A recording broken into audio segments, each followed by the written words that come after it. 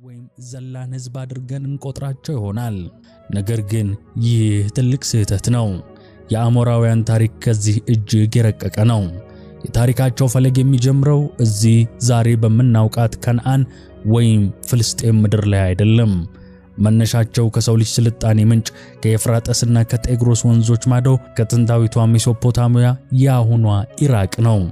ከክርስቶስ ልደት በፊት በ3ኛው ሺህ በሱመራውያን የሸክላ ጽሑፎች ላይ አንድ እንግዳ ስም መታየት ጀመረ። አሙሩ የሚል ቃል። በጥንቱ የሱመር ቋንቋ አሙሩ ማለት የምዕራብ ሰዎች ማለት ነው።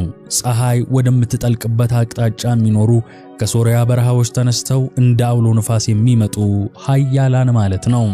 እነዚህ የምዕራብ ሰዎች ወደ ከተሞች ሲገቡ መጀመሪያ እንደ እንግዳ ተቆጠሩ። በኋላ ግን የነገሥታቱን ዙፋን ተቆጣጠሩ። የራሳቸውን ሥርወ መንግሥት መሠረቱ።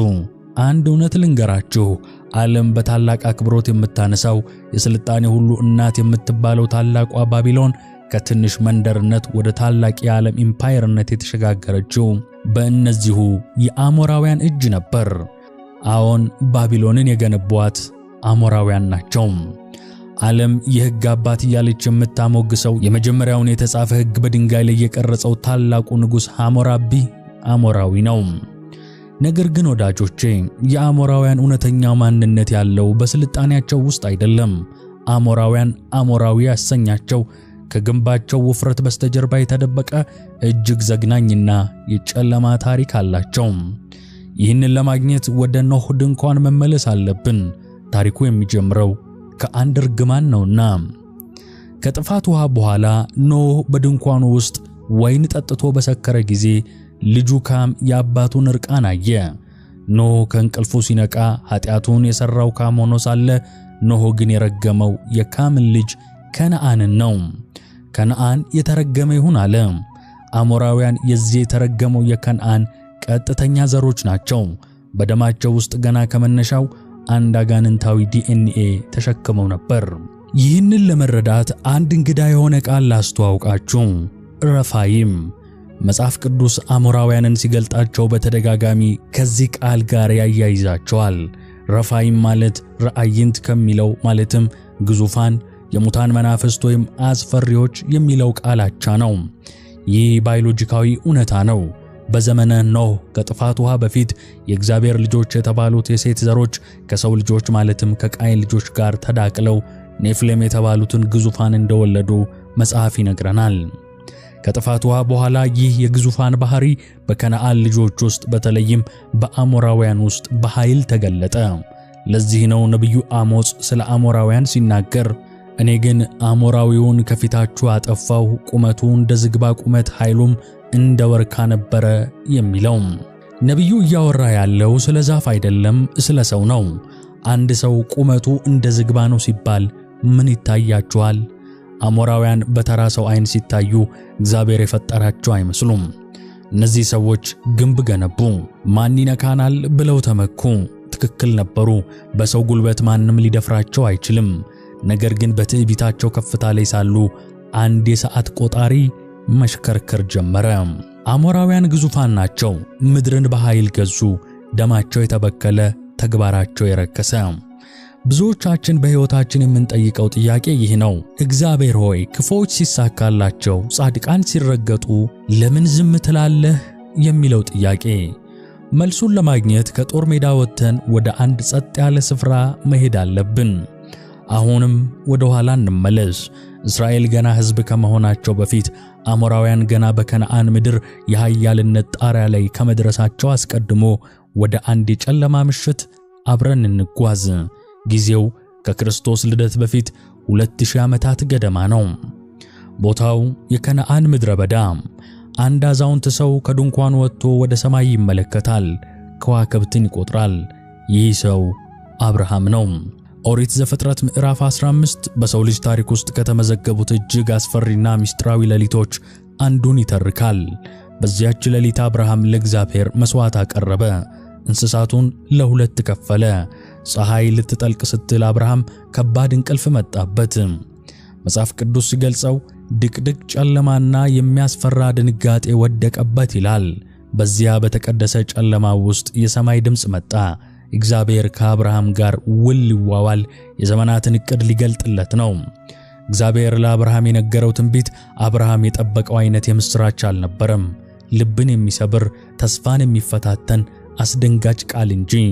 እግዚአብሔር እንዲህ አለ፣ ዘርህ በሌላ ሀገር ስደተኞች ይሆናሉ፣ ባሮችም ያደርጓቸዋል፣ 400 ዓመትም ያስጨንቋቸዋል። አብርሃም ደነገጠ። ለምን ጌታ ሆይ? አንተ እኮ ወዳጄ ነህ። ለምን ልጆቼ 400 ዓመት ባሪያ ይሆናሉ? ለምን አሁን ምድሪቱን ወርሰን አሞራውያንን አባረን በሰላም አንኖርም ብሎ በልቡ ጠይቆ ይሆናል። የእግዚአብሔር መልስ ግን አጭር፣ ረቂቅና የታሪክን ሚዛን የሚቀይር ነበር። እንዲህ አለው፣ በአራተኛው ትውልድ ወደዚህ ይመለሳሉ፣ ምክንያቱም የአሞራውያን ኃጢአት ገና አልሞላምና አለው። ወዳጆች ሆይ ይህንን አረፍተ ነገር እስቲ በልባችሁ ቅረጹት። ጽዋው ገና አልሞላምና። ይህ ምን ማለት ነው? እዚህ ጋር ነው የመለኮታዊ ፍትህ ቀመር የሚገባን። እግዚአብሔር የፍትህ አምላክ ነው። እርሱ እንደ ሰው በስሜት ተነሳስቶ በድንገተኛ ቁጣ ተንተክትኮ የሚፈርድ አምላክ አይደለም። እግዚአብሔር ለግለሰቦችም ሆነ ለሀገራት የሰጠው የጊዜ ገደብ ወይም ቀጠሮ አለው። በአብርሃም ዘመን ምንም እንኳን አሞራውያን ክፎች ቢሆኑም፣ ምንም እንኳን ኃይለኛ ቢሆኑም የኃጢአት ገንዳቸው ገና አልሞላም ነበር። ምናልባት ግማሽ፣ ምናልባትም ሩብ ይሆናል። እግዚአብሔር ፍትሐዊ ዳኛ ስለሆነ እስኪሞላ ድረስ እጠብቃቸዋለሁ አለ። ይህ እውነታ አንድ የሚያስደነግጥ ሌላ ገጽታ አለው። ብዙውን ጊዜ ይህንን ጥቅስ ስናስብ የምናተኩረው በእስራኤል ባርነት ላይ ነው። ወዮ ለ400 ዓመታት ተሰቃዩ እንላለን። ነገር ግን ሳንቲሙን ገልብጠን እስቲ እንየው። እግዚአብሔር ለአብርሃም 400 ዓመት እጠብቃለሁ ሲለው በተዘዋዋሪ መንገድ ለጠላቶቹ ለአሞራውያን ምን እየሰጣቸው ይሆን? 400 ዓመት የንስሐ ዕድል። እስኪ አስቡት፣ እግዚአብሔር የገዛ ሕዝቡን የመረጣቸውን የአብርሃም ልጆች በባርነት ቀንበር ስር በጅራፍና በውርደት ሥራ ቆይቶ ለጠላቶቹ ለአሞራውያን ግን የ400 ዓመት የጊዜ ገደብ ሰጠ። ለምን? ምናልባት ልባቸውን ይመልሱ ይሆናል። ምናልባት ከክፉ መንገዳቸው ይጸጸቱ ይሆናል። ምናልባት እንደ ነነዌ ሕዝብ ንስሐ ይገቡ ይሆናል ብሎ ጠብቆ ይሆናል። ይህ የእግዚአብሔርን ትዕግስት ወሰን የለሽነት ያሳያል። እግዚአብሔር ለተረገመው ዘር እንኳን ዕድል የሚሰጥ አምላክ ነው። ነገር ግን ወዮለት ለዚያ ሕዝብ ያንን ዕድል አባከነ። አሁን የሰዓት ቆጣሪው መሽከርከር ጀመረ። 400 ዓመታት፣ 4 ክፍለ ዘመናት፣ ወደ 10 ወይም 12 የሚጠጉ ትውልዶች። እስኪ አሁን ትኩረታችንን ለሁለት እንክፈለው። በእነዚህ 400 ዓመታት ውስጥ በሁለት ዓለማት ምን እየተከናወነ ነበር ብለን እንጠይቅ። በአንድ በኩል ግብፅ አለች። የአብርሃም ልጆች በባርነት ማጥ ውስጥ በግብፅ ይኖራሉ። የጅራፍ ድምፅ ይሰማል፣ የለቅሶ ድምፅ ያስተጋባል። እናቶች ወንድ ልጆቻቸውን ወደ አባይ ወንዝ ሲጥሉ ያለቅሳሉ። የአባቶቻችን አምላክ ሆይ የት አለህ? ረሳህን ወይ እያሉ ወደ ሰማይ ይጮኻሉ። ሰማይ ግን ዝም ያለ ይመስላል። ዝምታው ለ4 ክፍለ ዘመናት ቀጠለ። በሌላ በኩል ደግሞ ከነዓን አለች፣ የአሞራውያን ምድር። እዚህ ምንም ጅራፍ የለም። እዚህ ያለው ዘፈንና እስክስታ ነው። አሞራውያን እየበለጸጉ ነው። ከተሞቻቸውን እያስፋፉ ነው። ግንቦቻቸውን ወደ ሰማይ እያረዘሙ ነው። ንግዳቸው ደርቷል። ወታደራዊ ኃይላቸው በርትቷል። ምናልባት በአደባባይ ቆመው ይሳለቁ ይሆናል። የዚያ ያዛውንቱ የአብርሃም አምላክ የት አለ? ምድሪቱን እሰጣችኋለሁ ብሏቸዋል ነበር። አሁን ግን ዘሮቹ በግብፅ ጭቃ እያቦኩ ነው። እኛን የሚነካ የለም፣ አማልክቶቻችን ኃያላን ናቸው ብለው ይፎክራሉ። የእግዚአብሔር ዝምታ ግን ፍራቻ አልነበረም። የእግዚአብሔር ዝምታ ትዕግስት ነበር። ብዙዎች የእግዚአብሔርን ትዕግስት እንደ ደካማነት ይቆጥሩታል። እግዚአብሔር ዝም ሲል በኃጢአታቸው የተስማማ ወይም ያላየ ይመስላቸዋል። ነገር ግን እውነታው እጅግ ያስፈራል። እግዚአብሔር ዝም ያለው የጊዜ ቆጣሪው ስላልሞላ ብቻ ነበር። 100 ዓመት አለፈ። አሞራውያን አልተመለሱም። ኃጢአታቸው እየባሰ ሄደ። 200 ዓመት አለፈ። አሞራውያን አዲስ ጣዖት አመጡ፣ ሞሎክን። 300 ዓመት አለፈ። አሞራውያን የዝሙት ጥግ ላይ ደረሱ። ትዕቢታቸው ሰማይ ጠቀሰ። እያንዳንዱ ቀን፣ እያንዳንዱ ዓመት አንዲት ጠብታ ወደ ጽዋው ትጨምር ነበር። አሞራውያን አላወቁትም እንጂ የሚኖሩት በብድር ጊዜ ላይ ነበር። የሚተነፍሱት አየር፣ የሚረግጡት መሬት በምህረት ገመድ የተያዘ ነው። ነገር ግን ያ ገመድ እየሳሳ መጣ። የጽዋው ጠርዝ እየሞላ መጣ። 400 ዓመት እያለቀ ነው። በግብጽ ምድር የባሪያዎች የጩኸት ጽዋ፣ በከነዓን ምድር ደግሞ የአሞራውያን የኃጢአት ጽዋ ሞልቶ ሊፈስ ሆነ። የአሞራውያን የመጨረሻዎቹ ዓመታት እየተቆጠሩ ነው። አሁን ያንን የሰዓት ቆጣሪ ድምፅ በልባችሁ ያዙ፣ ተከተሉኝ። ጊዜው እየሄደ ነው። 400 ዓመት እየተገባደደ። በዚህ ጊዜ አሞራውያን ጽዋቸውን በምን ሞሉት? እግዚአብሔርን ያስቆጣው ያዘግናኝ ኃጢአትስ ምን ነበር ብለን እንጠይቅ። ይህንን ጥያቄ ለመመለስ ከምድረ በዳው ወጥተን ወደ ከተማቸው መግባት ይኖርብናል። ወደ እነዚያ ሰማይ ጠቀስ ግንቦች፣ ወደ አሞራውያን የስልጣኔ ማማ። ከውጭ ስታዩት ከተማው ያማረ ነው። ግንቦቹ በተጠረበ ድንጋይ ተሰርተዋል። በሮቹ በነሐስ ተለብጠዋል። የንግድ እንቅስቃሴው ደርቷል። ሰዎች በቅንጦት ይኖራሉ። ጥበብና ዕውቀት ፈልቋል። ነገር ግን ወደ ከተማው መሃል ስትጠጉ አየሩ ላይ የሰፈረ አንድ የሚከብድ ሽታ አለ። የአፍንጫን ቀዳዳ የሚለበልብ፣ የነፍስን ጥልቀት የሚረብሽ እርጉም ሽታ። ይህ የሞት ሽታ ነው። የተቃጠለ ሥጋ ሽታ።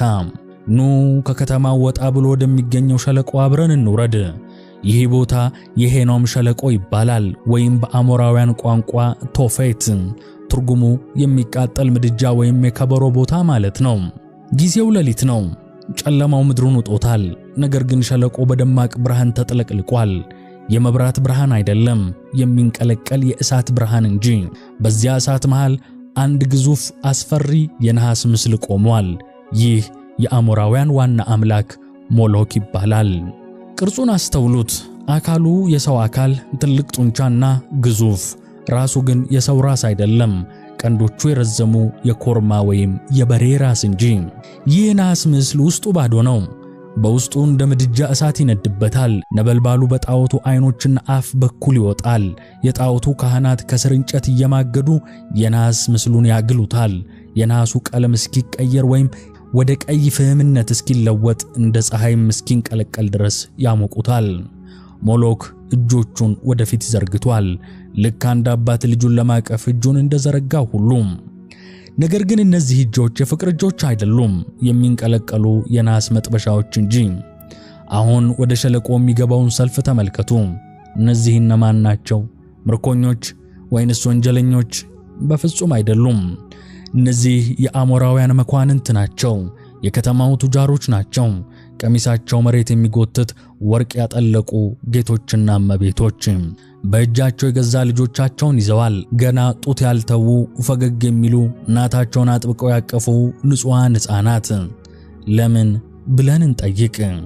ለምን አባት የገዛ ልጁን ወደ እሳት ይዞ ይሄዳል? ለምን እናት ጨክና ፍሬዋን ትሰጣለች? ምክንያቱም አሞራውያን አንድ ሰይጣናዊ እምነት አላቸው። ለሞሎክ የበኩር ልጄን ከሰጠው እርሻዬ ይለመልማል፣ ንግዴ ይስፋፋል፣ በጦርነት አሸንፋለሁ፣ ስልጣኔ ይጸናል ብለው ያምናሉ። ስልጣኔያቸውን የገነቡት የብልጽግና መሰረታቸውም የልጆቻቸው ደም ነው። ይህ ስልጣኔ የተባለ አረመኔነት ነው። ሰልፉ ወደ ጣዖቱ ቀረበ።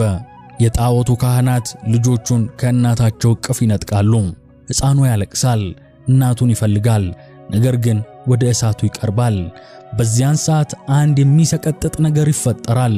ካህናቱ ምልክት ይሰጣሉ። ከበሮ መቺዎቹ በሙሉ ኃይላቸው ከበሮን ይደልቃሉ። ጥሩምባው ይነፋል፣ ሕዝቡ ይጮሃል። ይህ ጩኸት ሕፃኑ በጋለው የነሐስ እጅ ላይ ሲቀመጥ ሥጋውም ሲለበለብ የሚያሰማውን የስቃይ ጩኸት እናትና አባት እንዳይሰሙ ለማፈን ነው። የሕፃኑ ጩኸት በከበሮ ድምፅ ይዋጣል። እናቶች እያዩ አባቶች እየተመለከቱ ሕፃኑ አመድ ይሆናል።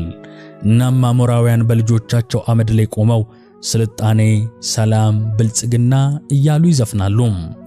ወዳጆቼ ሆይ እግዚአብሔር ይህንን እያየ በዙፋኑ ላይ ምን የሚሰማው ይመስላችኋል? በየቀኑ በየሌሊቱ የንጹሐን ደም እንደ ጎርፍ ይፈሳል። አንዲት ጠብታ ደም ስትፈስ የሰዓት ቆጣሪው ይሄዳል። ሌላ ሕፃን ሲቃጠል ጽዋው ሊሞላ ይቀርባል። እግዚአብሔር ለምን ዝም አለ ትላላችሁ? ዝም አላላቸውም፣ ጽዋውን እየሞላ ነው። የአሞራውያን ኃጢአት ግን በሞሎክ ብቻ አላበቃም። ደም ካፈሰሱ በኋላ ወደ ከተማቸው ተመልሰው የሚያደርጉት ነገር ምድርን ይበልጥ የሚያረክስ ሆነ። መጽሐፍ ቅዱስ በኦሪት ዘሌዋውያን ምዕራፍ 18 ላይ የእግዚአብሔርን ሕግ ሲሰጥ አሞራውያን ይፈጽሙት የነበረውን አጸያፊ ተግባር ዘርዝሮታል። እነርሱ ዘንድ ነውር የሚባል ነገር ጠፋ። በቤተ ጣዖቶቻቸው ውስጥ ቅዱስ ብለው የሚጠሩት ዝሙትን ነበር። ወንዶች ከወንዶች ጋር፣ ሴቶች ከሴቶች ጋር፣ አልፎ ተርፎም ከእንስሳት ጋር። አዎ ከእንስሳት ጋር መተኛት ያምልኳቸው አካል ነበር። የሰው ልጅ ክብር ወረደ፣ ከእንስሳትም በታች ሆኑ። የእግዚአብሔር መልክና አምሳል በጭቃ ተለውሶ በደም ተጨማለቀ። ጠንቋዮችና መናፍስት ጠሪዎች የከተማው መሪዎች ሆኑ። ከሙታን ጋር ይነጋገራሉ፣ ከአጋንንት ጋር ቃል ኪዳን ያደርጋሉ። ምድሪቱ መተንፈስ አቃታት። መጽሐፍ ቅዱስ እጅግ አስገራሚ ቃልን እዚህ ጋር ይነግረናል። ምድሪቱም ረክሳለች፣ ምድሪቱም በራሷ ላይ የተቀመጡትን ሰዎች ተፋች ይለናል። ልብ በሉ፣ እግዚአብሔር ብቻ አይደለም የተቆጣው። ተፈጥሮ ራሷ፣ መሬት ራሷ አሞራውያንን መሸከም አቃታት። የሕፃናት ደም ወደ ውስጥ የሰረገባት መሬት አቅለሸለሻት፣ ሆዷ ተላወሰ። እነዚህን አውሬ ከላይ ላይ አንሱልኝ ብላ ጮኸች። አሁን 400 ዓመት ሊያልቅ ነው። የመጨረሻዎቹ ደቂቃዎች እየተቆጠሩ ነው። የኃጢአት ጽዋው እስከ አፉ ሞልቷል። በሕፃናት ደም፣ በዝሙት ርኩሰት፣ በትዕቢት እብጠት ሞልቷል። አንዲት የመጨረሻ ጠብታ ብቻ ቀርታለች። በግብፅ ምድር ሙሴ በትሩን አነሳ። በከነዓን ምድር የመጨረሻው ሕፃን ወደ እሳቱ ተወረወረ። ያቺ ጠብታ ጽዋው ላይ ወደቀች፣ ሞላ፣ ፈሰሰ። የአሞራውያን ጊዜ አበቃ። የምህረት በር ተዘጋ፣ የፍርድ በር ተከፈተ። እግዚአብሔር ከዙፋኑ ሆኖ ሁሉን አየ። በቃ አለ። ከእንግዲህ የአንድ ሕፃን ደም በከነዓን ምድር እንዲፈስ አልፈቅድም አለ። አሁን የሰራዊት ጌታ ተዘጋጅቷል። በምድር ላይ ደግሞ እግዚአብሔር ያዘጋጀው የጥፋት ኃይል ሆኖ የተገለጠው ከግብፅ ወጥቶ ቀይ ባህርን እየተሻገረ ነው። አሞራውያን ግን ይህንን ሁሉ አያውቁም። አሁንም ከበሮ ይደለቃል፣ አሁንም ይጨፈራል። ከዮርዳኖስ ማዶ ሞት እየመጣባቸው እንደሆነ አልሰሙም። የመጀመሪያው ፈተና ሊጀምር ነው። የ400 ዓመት የሰዓት ቆጣሪ ዜሮ ላይ ደረሰ። እስራኤላውያን ከምድረ በዳው ወጡ። ፊታቸው እንደ ጠዋት ፀሐይ ያበራል። ልባቸው በእምነት ተሞልቷል።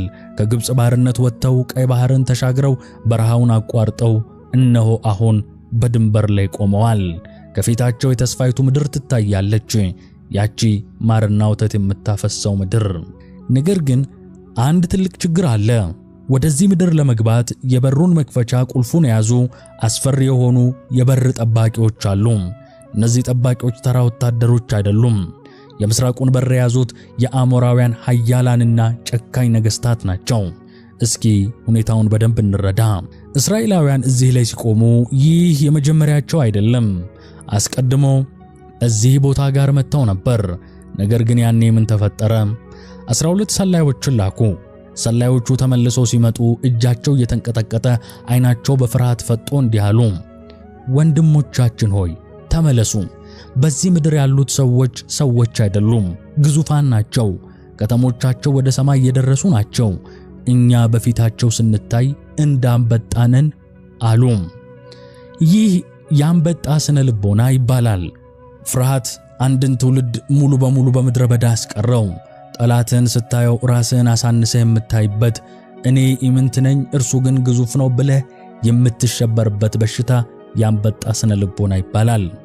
አሁን ግን ያ ፈሪ ትውልድ በምድረ በዳ አልቋል። አዲሱ ትውልድ መጥቷል። መሪው ሙሴ ነው። እናም ዛሬ ያንን የድሮ ፍርሃት ፊት ለፊት ሊጋፈጡ ነው። የመጀመሪያው ፈተና የሐሽቦኑ ንጉሥ ሲሆን ይባላል። ሲሆን የአሞራውያን የትዕቢት ምሳሌ ነው። ግዛቱ ሰፊ፣ ሰራዊቱ ብርቱ። ሙሴ እንደ እግዚአብሔር ሰውነቱ ጦርነትን በመጀመሪያው አማራጭነት አልፈለገም። ለንጉሥ ሲሆን የሰላም መልእክትን ላከ። እባክህ ወንድሜ በምድርህ በኩል እንለፍ፣ እህልህን አንነካም፣ ውሃህን አንጠጣም፣ ከጉድጓድህ አንቀዳም፣ በንጉሡ ጎዳና ብቻ አቋርጠን ወደ ቦታችን እንሄዳለን አለው። ነገር ግን ሲሆን ይህንን ሲሰማ ሳቀ። እነዚህ ባሮች፣ እነዚህ የግብፅ ስደተኞች በእኔ ምድር ላይ እግራቸውን ሊያሳርፉ ብሎ ጠየቀ። ልቡ እንደ ፈርዖን ልብ ደነደነ። የአሞራውያን ደም በውስጡ ፈላ። መልእክተኞቹን አባረረ። ሰራዊቱን ሁሉ አሰባስቦ እስራኤልን ከምድረ ገጽ ለማጥፋት ወደ ምድረ በዳው ወጣ።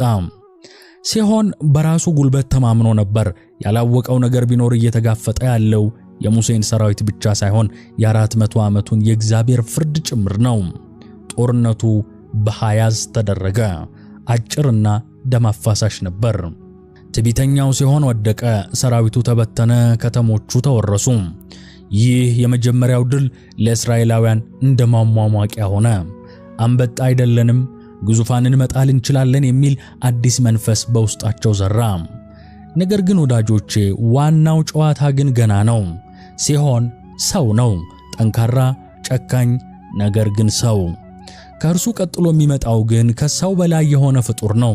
እስራኤል ወደ ሰሜን ወደ ባሳን ምድር አቀናች። እዚህ ጋር ነው የሲኦል ደጆች የተከፈቱ የሚመስለው። እዚህ ጋር ነው የአሞራውያን የመጨረሻው ምስጢር የሚገለጠው። የባሳን ንጉሥ አግ። ይህ ስም ሲጠራ የጥንቱ ዓለም ይርበተበታል። መጽሐፍ ቅዱስ በኦሪት ዘዳግም ምዕራፍ 3 ላይ ስለ አግ ሲናገር አንድ እጅግ ወሳኝ የሆነ መረጃን ይሰጠናል። ከረፋይም ወገን የቀረው የባሳን ንጉሥ አግ ብቻ ነበር ይለናል። ረፋይም አስቀድመን እንዳየነው እነዚህ ሰዎች ተራ ሰዎች አይደሉም። የጥንት ግዙፋን የንፍሌም ቅሪቶች፣ በዘር የተዳቀሉ፣ ግማሽ ሰው ግማሽ ጭራቅ ብንል ማጋነን የማይሆንባቸው ናቸው። አግ የዚህ ዘር የመጨረሻው ንጉሥ ነው። የግዝፈቱን ልክ ለማወቅ ትፈልጋላችሁ?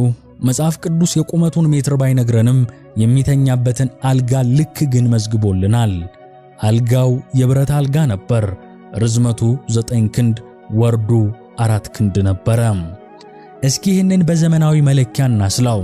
9 ክንድ ማለት ወደ 4 ሜትር አካባቢ ነው። እስኪ የቤታችሁን ግድግዳ ተመልከቱ። ምናልባት ርዝመቱ 2.5 ሜትር ሊሆን ይችላል፣ ወይንም ደግሞ 3 ሜትር። ንጉሥ አግ ግን አልጋው ብቻ 4 ሜትር ነው። ይህ ሰው ቆሞ ሲራመድ ባለ 2 ፎቅ ቤትን ያክላል። ጥላው ብቻውን ያስፈራል። ከዚያም በላይ መጽሐፍ ቅዱስ አልጋው ከብረት የተሰራ እንደሆነ ይነግረናል። ለምን ግን ከብረት? ነገሥታት እኮ በወርቅ በዝግባ እንጨት ወይም በዝሆን ጥርስ ያጌጠ አልጋ ላይ ነው የሚተኙት። አግ ለምን ብረት ላይ ተኛ ብሎ መጠየቅ ይገባል። መልሱ ቀላልና አስፈሪ ነው። የእንጨት አልጋ የአግን ክብደት መሸከም አይችልም።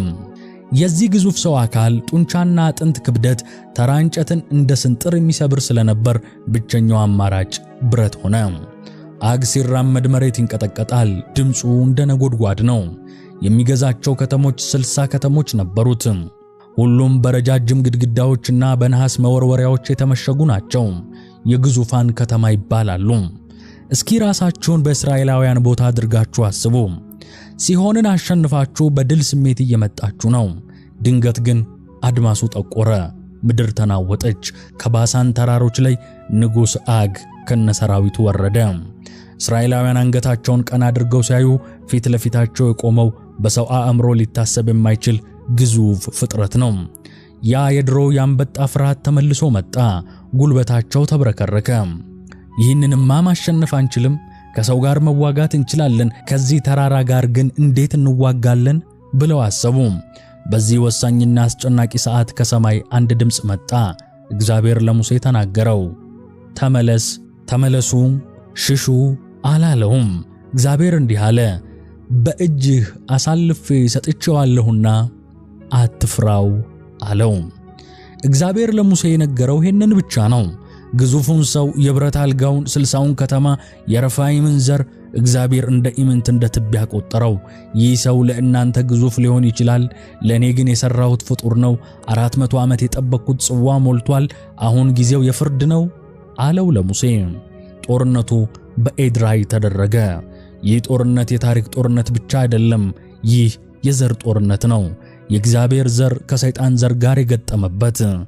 አግ ጮኸ፣ መሬቱን መታ፣ ጦሩን ወረወረ። ነገር ግን የእስራኤል አምላክ ከሕዝቡ ጋር ነበረ። መቼም በዚያ ቀን የታየው ነገር ተአምር ነው። ያ ግዙፍ ሰው፣ ያ በብረት አልጋ የሚያድረው የረፋይም ንጉሥ እንደ አንድ የደረቀ ዛፍ ግንድስ ብሎ ወደቀ። ግዙፍ አካሉ መሬቱን አናወጠው። አቧራው ሲበተን እስራኤላውያን ያዩትን ነገር ማመን አቃታቸው። የማይደፈረው ተደፍሯል። እስራኤላውያን በአግ ሬሳ ላይ ሲቆሙ በውስጣቸው የነበረው የመጨረሻው የፍርሃት ሰንሰለት ተበጠሰ። የረፋይምን ንጉሥ ያንን የብረት አልጋ ላይ የሚተኛውን ካሸነፍን በዓለም ላይ ማንም ሊቋቋመን አይችልም የሚል እምነት በልባቸው ታተመ። እግዚአብሔር አግን እንደ ማስተማሪያ ተጠቀመበት። የከነዓንን ምድር ዋና ከተሞች ኢየሩሳሌምን፣ ኢያሪኮን ከመውረሳቸው በፊት ትልቁንና አስፈሪውን አለቃ አስቀድሞ በመጣል ለቀጣዩ ዘመቻ ልባቸውን አጠነከረው። የአግ ውድቀት ለአሞራውያን ትልቅ መልእክት ነበር። የምስራቁ በር ተሰብሯል። ጠባቂዎቹ ኃያሉ ሲሆንና ግዙፉ አግ ወድቀዋል። አሁን በሩ ክፍት ነው። መንገዱ ወደ መሃል ሀገር ያመራል። ወደ ኢየሩሳሌም፣ ወደ ኬብሮን፣ ወደ ለኪሶ። ግዙፉ ንጉሥ፣ የባሳኑ አንበሳ፣ የረፋይም ምሰሶ አግ ወደቀ። ይህ ዜና በከነዓን ምድር እንደ ሰደድ እሳት ተቀጣጠለ። ንፋሱ ወሬውን ተሸክሞ ወደ ተራሮቹ፣ ወደ ሸለቆዎቹና ወደ አሞራውያን ምሽጎች አደረሰው። በተለምዶ እንዲህ አይነት ዜና ሲሰማ ጠላት ይርበተበታል፣ እጁን ይሰጣል ወይንም ይሸሻል። ነገር ግን ወዳጆች፣ ክፋት መጨረሻው መጥፋት መሆኑን እያወቀ እንኳን በትዕቢት ከመቀጠል ወደ ኋላ አይልም። አሞራውያን ለመሸሽ ሳይሆን ለመጨረሻው የሞት ሽረት ትግል ተዘጋጁ። አሁን ትኩረታችንን ከባሳን ሜዳዎች አንስተን ወደ ደቡብ፣ ወደ ተራራማው የኢየሩሳሌም ከተማ እናዙር። በዚያ ዘመን ኢየሩሳሌም ኢያቡስ ትባል ነበር። ንጉሷ ደግሞ አዶኒሴዴቅ ይባላል። የስሙ ትርጉም የጽድቅ ጌታ ማለት ነው። ምን አይነት አስቂኝ ተቃርኖ ነው! ስሙ ጽድቅ፣ ስራው ግን ድቅድቅ ጨለማ። ይህ ሰው የአሞራውያን ዋና ስትራቴጂስት፣ የክፋት አቀንቃኝና የሴራቸው ጠንሳሽ ነው። አዶኒሴዴቅ የአግንና የሲሆንን መውደቅ ሲሰማ በድንጋጤ አልተንቀጠቀጠም፣ ይልቁንም በታላቅ ቁጣ ነደደ። አንድ ብልሃትን አሰበ። እስራኤልን ለብቻዬ መግጠም አልችልም። ሲሆን ሞክሮት አልሆነም፣ አግ ሞክሮት ወደቀ። ስለዚህ የዓለምን ኃያላን አስተባብሬ የአሞራውያንን ነገሥታት ሰብስቤ በአንድ ላይ ጨርሳቸዋለሁ ሲል አሰላ። የመጨረሻውን ካርድም መዘዘ። መልእክተኞቹን ላከ። 4 ነገሥታትን ጠራ። የኬብሮንን ንጉሥ፣ የርሙትን ንጉሥ፣ የለኪሶን ንጉሥና የኤግሎንን ንጉሥ ከራሱ ጋር ተደምሮ 5ቱ ነገሥታት። ይህ የአሞራውያን ታላቅ ኅብረት ነው፣ የሰይጣን የመጨረሻው ምሽግ። እነዚህ 5 ነገሥታት ሰራዊቶቻቸውን ሲሰበስቡ ምድሩን እንዳንበጣ መንጋ ሸፈኑት። ፈረሶቻቸው ሲያሽካኩ፣ ሰረገሎቻቸው ሲንቀሳቀሱ የሚሰማው ድምፅ ምድርን ያናውጥ ነበር። ነገር ግን የአዶኒሴዴቅ ዕቅድ እስራኤልን በቀጥታ መውጋት አልነበረም። እርሱ የተራቀቀ ወታደራዊ ሰው ነው። እስራኤልን በቀጥታ ከመግጠሙ በፊት እስራኤልን የደገፈችውን፣ ከእስራኤል ጋር የሰላም ውል የፈጸመችውን ገባኦንን ማጥፋት ፈለገ። ገባኦን ታላቅ ከተማ ናት። ነዋሪዎቿ ጀግኖች ናቸው። ነገር ግን የእስራኤልን አምላክ ፈርተው እጃቸውን ሰጥተዋል። አዶኒሴዴቅ ከሃዲዎችን ቅጣት እንቀጣለን፣ ገባኦንን አጥፍተን እስራኤልን ከምሽጉ አውጥተን በሜዳ ላይ እንጨርሳቸዋለን አለ። 5ቱም ነገሥታት ሰራዊታቸውን አንቀሳቀሱ፣ ገባኦንንም ከበቡ። የገባኦን ሰዎች ጠዋት ላይ ሲነቁ ከተማቸው በሞት ጥላ ስር ተከባለች። መውጫ የለም፣ መግቢያ የለም። የአሞራውያን ሰይፍ ተመዞ ይጠብቃቸዋል። ፍርሃት ነገሰ፣ ተስፋ መቁረጥ ሰፈነ። የገባኦን ሽማግሌዎች አንድ ምርጫ ብቻ ነበራቸው። ፈጣን መልእክተኛ በድብቅ ወደ ጌልጌላ ወደ ኢያሱ መላክ። መልእክተኛው የሞት ቀጠናውን ጥሶ ወጣ። እየሮጠ እየተንገዳገደ ወደ እስራኤል ሰፈር ደረሰ።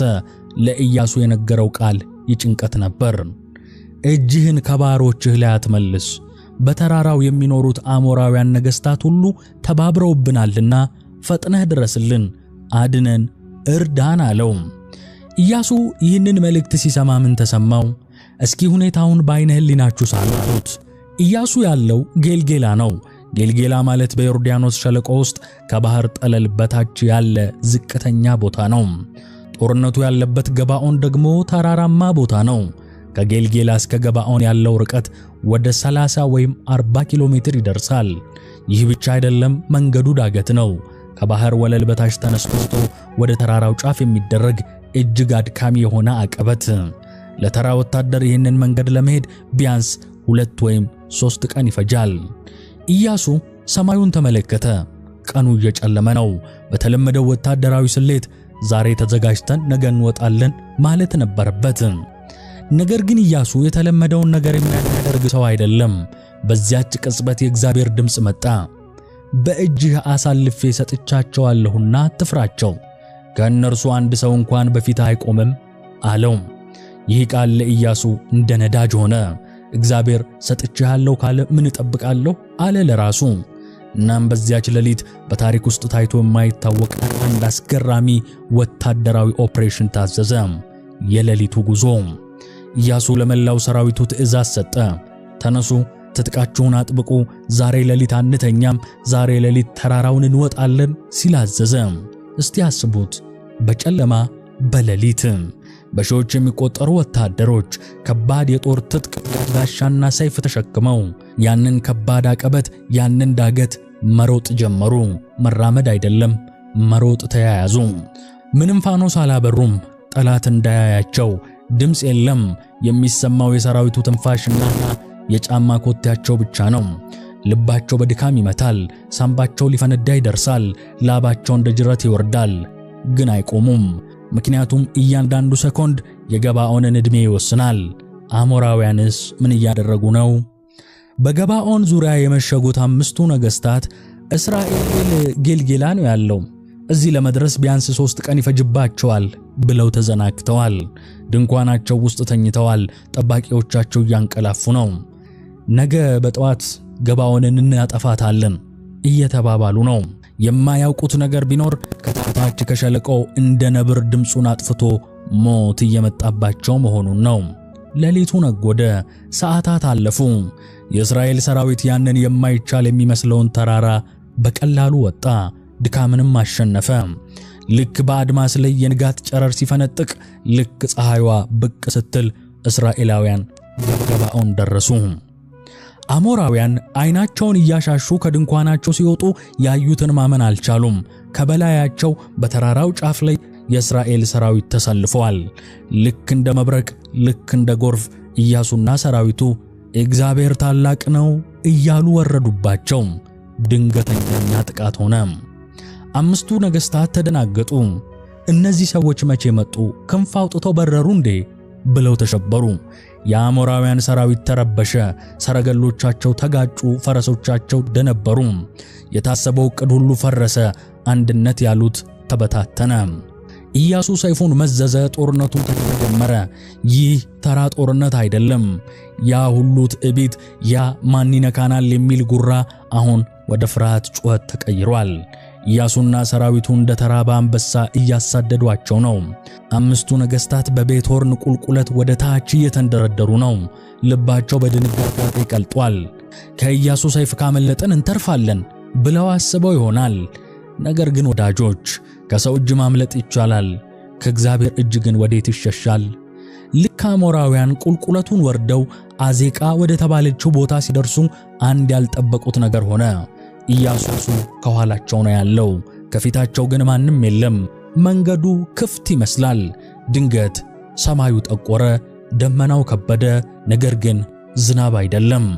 በአሞራውያን ጭንቅላት ላይ ከሰማይ የወረደው ውሃ ሳይሆን ድንጋይ ነበር። መጽሐፍ ቅዱስ ሲናገር እግዚአብሔር ከሰማይ ታላላቅ የበረዶ ድንጋዮችን አወረደባቸው ይላል።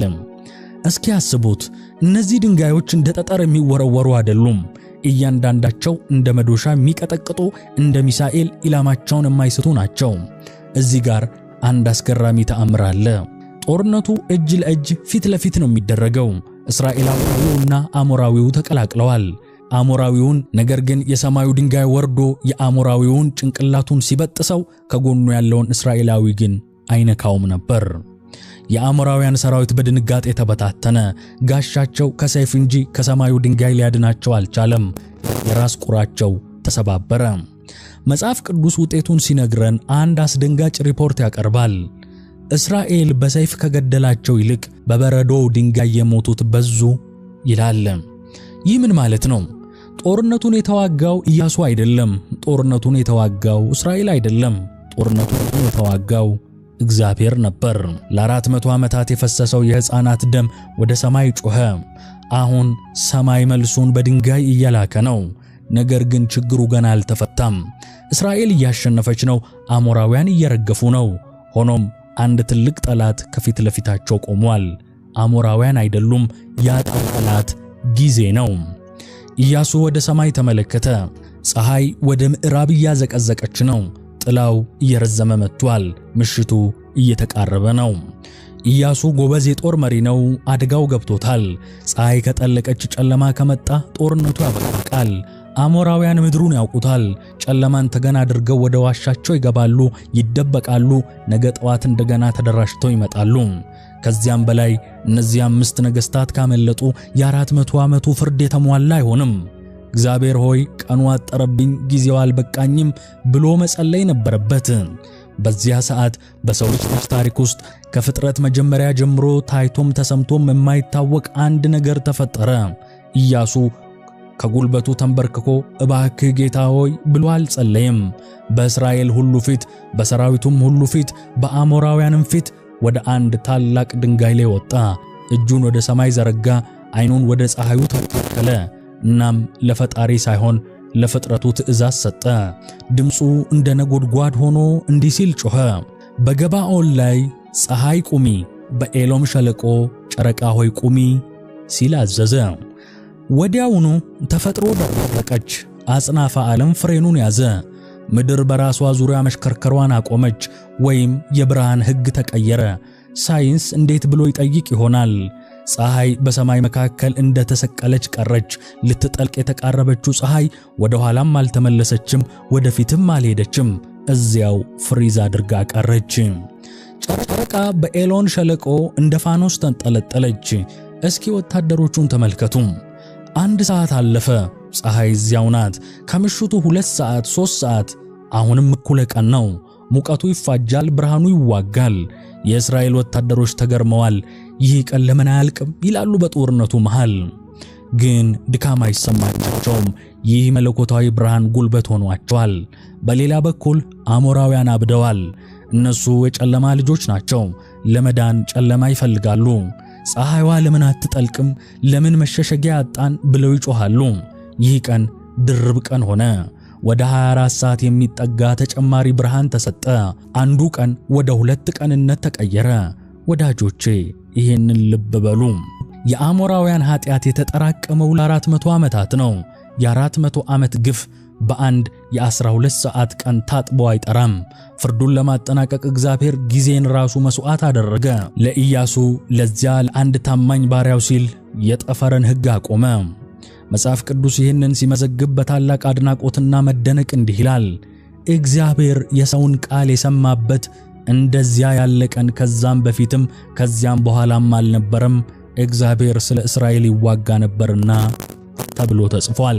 አሁን አሞራውያን የሚገቡበት ጠፋቸው። የሰማይ ድንጋይ ከላይ፣ የኢያሱ ሰይፍ ከኋላ፣ የፀሐይ ብርሃን ከአናት፣ ሁሉም ነገር ጠላት ሆነባቸው። ማምለጥ አይችሉም። 5ቱ ነገሥታት ሰራዊታቸው ሲያልቅ፣ ኃይላቸው ሲደክም የመጨረሻ አማራጫቸውን ተጠቀሙ። በመቄዶ አካባቢ አንድ ዋሻ አገኙ። እዚህ እንግባ፣ ፀሐይዋ እስክትጠልቅ ኢያሱም እስኪያልፍ ድረስ እዚህ እንደበቅ ተባባሉ። 5ቱ ነገሥታት እየተሽሎኮለኩ እንደ አይጥ ወደ ዋሻ ገቡ። ከዙፋን ወደ ዋሻ፣ ከብርሃን ወደ ጨለማ። ፀሐይዋ አሁንም በሰማይ መካከል አለች። የእግዚአብሔርን ዓይን ትመስላለች። የጦርነቱ ጩኸት ጋብ ብሏል። የአሞራውያን ሰራዊት እንደ ቅጠል ረግፏል።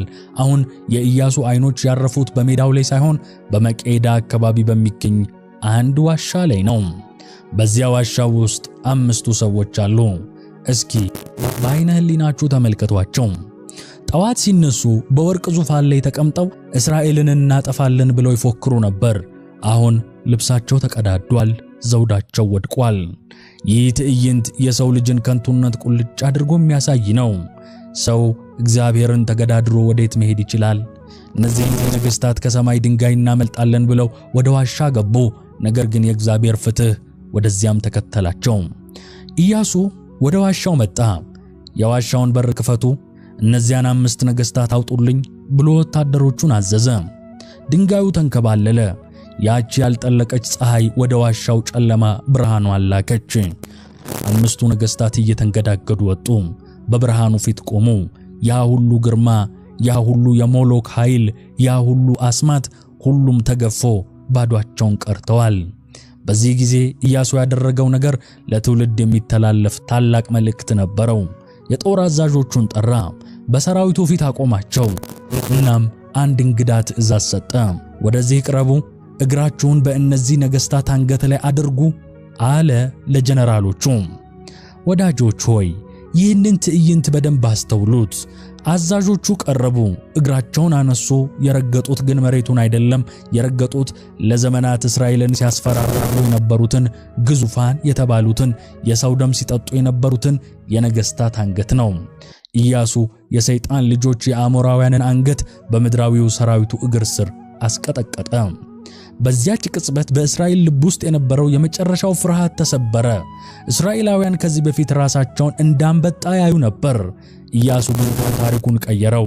አንበጣ አይደላችሁም፣ እነሱ ናቸው በእግራችሁ ስር የሚረገጡት ያላቸው ነው። ከዚህ በኋላ ፍርዱ ተፈጸመ።